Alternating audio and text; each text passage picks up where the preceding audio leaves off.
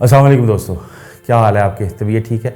अच्छा, मैं शुक्रिया अदा करता हूँ, आपने मेरी जो पिछली वाली वीडियो उसको पसंद किया कि नफ़रत ज़िंदगी को तबाह करती है, और साथ साथ अंजीर की जो मैंने बनाई है कि अंजीर की अफादियत क्या है। अच्छा, आज जिस मौजू पर बना रहा हूँ, दोस्तों ने मुझे थोड़ा इंसिस्ट किया कि आपने चूँकि एक मौजू छेड़ा है नफ़रत, और उसके अलावा बहुत सारी और चीज़ें भी हैं, तो उसमें सबसे जो अहम चीज़ है वो है एंग्जाइटी, डिप्रेशन, टेंशन।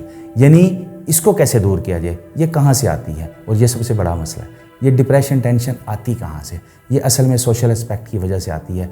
इसका सबसे बड़ा जो रोल है वो है कि आपकी मुआशी आसूदगी जो है ना, वो नहीं हो पा रही होती। घर घर में ऐसा माहौल होता है कि बहुत सारे मामलात को हल करना होता है और उसके लिए पैसे की ज़रूरत होती है, और अगर उसमें मुआशी मामलात अगर में गड़बड़ हो जाए तो फिर इस तरह की बहुत सारी सोचें शुरू में ओवरकम करने की कोशिश करता है। ज़ाहिर इंसानी ज़हन अपने आप को मसरूफ़ करता है और सोर्सेज ढूंढता है। जब सोर्सेज की कमी आती है, कहीं गुजारा नहीं हो पा रहा होता, तो फिर ये डिप्रेशन और एंग्जाइटी बढ़ना शुरू हो जाती है। ये माशरे का अलमिया है, हमारे पाकिस्तान में ऐसे ही है। इसके अलावा और बहुत सारे मामला भी हैं जिससे डिप्रेशन, हम लोग अपने जहन को इतना कर लेते हैं कि उसमें जो हमारे जो प्रॉपर सिग्नल ट्रांसमीटर हो रहे होते हैं दोनों न्यूरॉन्स के दरमियान।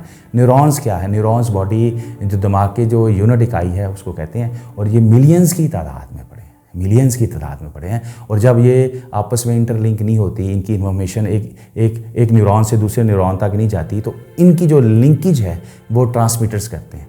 तो ट्रांसमीटर्स अगर वीक हैं तो फिर क्या होगा? तो उसके लिए जो सबसे इम्पॉर्टेंट बात है वो ये है कि आपके जो हार्मोन हैं खुशी के, जो मैंने उस दिन पिछली वीडियो में बताया कि डोपामिन और सेरोटोनिन ऐसे हार्मोन हैं जो खुशी के हार्मोन हैं। तो खुशी के अंसर को ज़्यादा बढ़ाने के लिए इनकी मिकदार को बढ़ाना पड़ेगा। तो जब ये इनकी मिकदार अच्छे लेवल पर बनती है तो मेंटेन भी होती है, तो और इसके साथ उसको कंट्रोल भी मिलता है, तो बॉडी को पावर मिलती है। उस पावर की वजह से दिमाग हमारा इस तरह काम करता है कि हम लोग जो दूसरी परेशानियां या टेंशन या डिप्रेशन जो आ रही होती है, हम उस पर काबू पा लेते हैं और आहिस्ता आहिस्ता फिर निकलते भी हैं। तो उसके लिए करना क्या है कि टायरोसिन की और सेरोटोनिन मिकदार है उसको बढ़ाना पड़ेगा। ये टायरोसिन है क्या चीज़? ये टायरोसिन बेसिकली एक अमाइनो एसिड है, ठीक है कि नहीं? ये हमें बहुत सारी खुराक से मिलेगा। तो अगर हम अपनी खुराक में टायरोसिन की मिकदार को, विटामिन बी कॉम्प्लेक्स जो हैं उसकी मिकदार को बढ़ा लिया जाए, स्पेशली B1, B2, B6 और B12, स्पेशली B12 जो है वो न्यूरोट्रांसमीटर्स की जो उसकी होती है उसकी पावर को बढ़ाता है।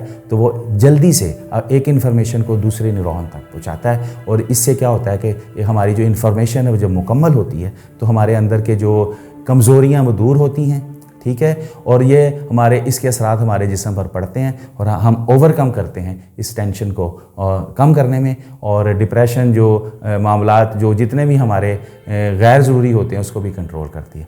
तो ये एक बॉडी को बैलेंस भी देती है। तो हर चीज़ का बैलेंस ही तो सब कुछ है, ठीक है दोस्तों। तो ये जो टायरोसिन है ये आती कहाँ से? तो टायरोसिन का कहते हैं कि सबसे बड़ा सोर्स दही है। टायरोसिन का सबसे दूसरा बड़ा सोर्स वो पनीर है। तो इन दो चीज़ों की मिकदार को अपनी बॉडी के अंदर बढ़ाना पड़ेगा। अच्छा, ये जो टायरोसिन हैं ये हमारे ट्रांसमीटर्स को, जो न्यूरो ट्रांसमीटर है उनको तक़वियत देती है, और इन्फॉर्मेशन जब ठीक तरह से ऊपर जाती है तो हमारा सिस्टम जो है ना वो काम करना शुरू होता है। तो टायरोसिन वाली खुराक आपने लेनी है, दही हो गया और पनीर हो गया। इसके अलावा बहुत सारे फलों में भी ये पाई जाती है, और इसको अगर लेना शुरू कर दें तो ठीक हो जाए। लेकिन इसके साथ साथ एक और कबाहत भी आती है, वो है कुछ ऐसे इनहिबिटर्स भी साथ साथ, क्योंकि केमिकल ज़ाहिर हमारा बॉडी बनाता है, तो कुछ इनहिबिटर्स भी पैदा होते हैं। तो वो जो इनहिबिटर्स हैं उनको रोकना पड़ेगा। वो जो अगर हम इनहिबिटर्स को नहीं रोकेंगे तो हमारी जो प्रॉपर इंफॉर्मेशन जो न्यूरॉन में जा रही है, ट्रांसमिट हो रही है, उसके अंदर रुकावट आएंगी। तो उस रुकावट को दूर करने के लिए हमें कुछ ऐसे इक़दाम भी करने पड़ेंगे लाइफ में। तो वो इनहिबिटर्स को रोकना बहुत ज़रूरी है। अदरवाइज़ हमारी जो इन्फॉर्मेशन ऊपर जाती हैं वो ठीक तरह से ट्रांसमिट नहीं होती। जब वो ट्रांसमिट नहीं होंगी तो इन्फॉर्मेशन का एक मुकम्मल सेगमेंट नहीं बनेगा, तो उसके असरात फिर कैसे आएंगे, ठीक है ना। तो वो इनहिबिटर्स क्या है? वो इनहिबिटर जो हैं वो है स्मोकिंग। वो इनहिबिटर्स में आता है कि आप शराबनोशी छोड़ दें, नशे वाली तमाम चीज़ों को छोड़ दें, जिन चीज़ों से नशा मिलता है उन चीज़ों को छोड़ना पड़े। कुछ ऐसी मेडिसिन भी हैं जो नशे की हैं, वो लोग इस्तेमाल करते हैं, तो गलत बात है। तो मुआशरे में अगर ये चीज़ें बढ़ती जाएंगी तो उससे क्या होगा कि हमारी जो एंग्जाइटी है वो कम नहीं होगी, वो बढ़ती जाएगी। तो लिहाजा इनहिबिटर्स में नशे वाली तमाम जो चीज़ें हैं उनको ख़त्म करना पड़ेगा, उनको लेना बंद करना पड़ेगा। और प्रॉपर नींद जो है वो बहुत इसके लिए काउंट करती है। जब हम रेस्ट में जाते हैं, जब हम रात को सोते हैं, तो हमारा पूरा बॉडी, हमारा जो दिमाग है वो एकदम से दोबारा रीस्टार्ट होता है। पहले वो अपने तमाम सारे दिन के जो मामलात में जो केमिकल की इम्बैलेंस हुआ होता है वो रात की नींद में वो प्रॉपर तरीके से पूरा होता है। और उसके बाद हमारी जब सुबह उठते हैं तो हमें बड़ी तकवीत मिल रही होती है, हम समझते हैं बड़े फिट हैं और हर काम के लिए हम लोग तैयार हैं। अच्छा दोस्तों, ये B12 और इस तरह की जो दूसरे केमिकल जो असरात हैं, ज़ाहिर है वो पूरे बॉडी बनाई केमिकल से है, तो B12 की मिकदार को भी बढ़ाना पड़ेगा, यानी B कॉम्प्लेक्स जिन जिन चीज़ों में है उनको बढ़ाना पड़ेगा। तो उसके लिए आप कुछ भी जिन एक वीडियो बनाऊंगा स्पेशली कि किन चीज़ों में B12 है और किन चीज़ों में ज़्यादा से ज़्यादा टायरोसिन है। लेकिन दो चीज़ें जो मैं आपको बताना चाह रहा हूँ इस वक्त, वो ये है कि दही का इस्तेमाल शुरू कर दें, पनीर का इस्तेमाल शुरू कर दें।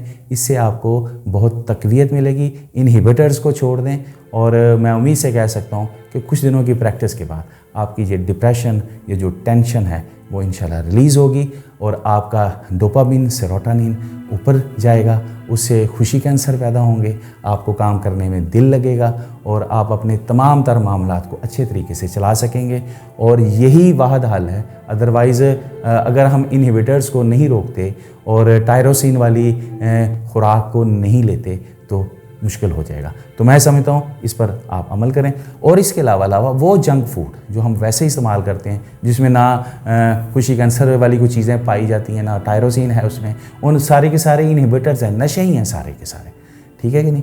और अगर आप चाहते हैं तो इंशाल्लाह टायरोसिन किन किन चीज़ों में ज़्यादा है और विटामिन B12 जो ट्रांसमीटर्स के लिए बेहतरीन है, ये कहाँ से मिलेगा, ये इंशाल्लाह अगली वीडियो में आपको बताऊंगा। तब तक के लिए इजाज़त। वीडियो लंबी हो रही है, मुझे उम्मीद है आपको ये सारी इन्फॉर्मेशन मिल चुकी होंगी और आप इस पर जब गौर करेंगे और इस्तेमाल में चीज़ें लाएंगे और प्रैक्टिस में जाएंगे, एक्सरसाइज करेंगे, खून जब आप दिल की धड़कन तेज़ होती है, जब भागते दौड़ते हैं तो खून की रफ्तार बढ़ती है, ऑक्सीजनेशन बॉडी को होता है। जब ऑक्सीजन मिलेगी तो फिर सारे मामलात भी ठीक होना शुरू हो जाएंगे। ये असल में केमिकल है, जब डिसबैलेंस होते हैं, ठीक है ना, जब डिसबैलेंस होते हैं तो फिर इस तरह के मामला सामने आते हैं। तो उम्मीद करता हूँ आपको ये मेरी वीडियो पसंद आएगी। मेरी इस वीडियो को आगे शेयर कीजिए, ठीक है, सब्सक्राइब भी कीजिए, व्यूज़ भी दीजिए, अपना हर व्यू दीजिए ताकि मैं उस पर देखूं कि कौन सी मुझे वीडियो बनानी है। और इंशाल्लाह मैं कोशिश करूँगा कि आपकी वो तमाम तर जो ख्वाहिशें जो आप चाहते हैं वो मैं उसको बनाऊँ ताकि आपके किसी काम आए। आपका बहुत शुक्रिया।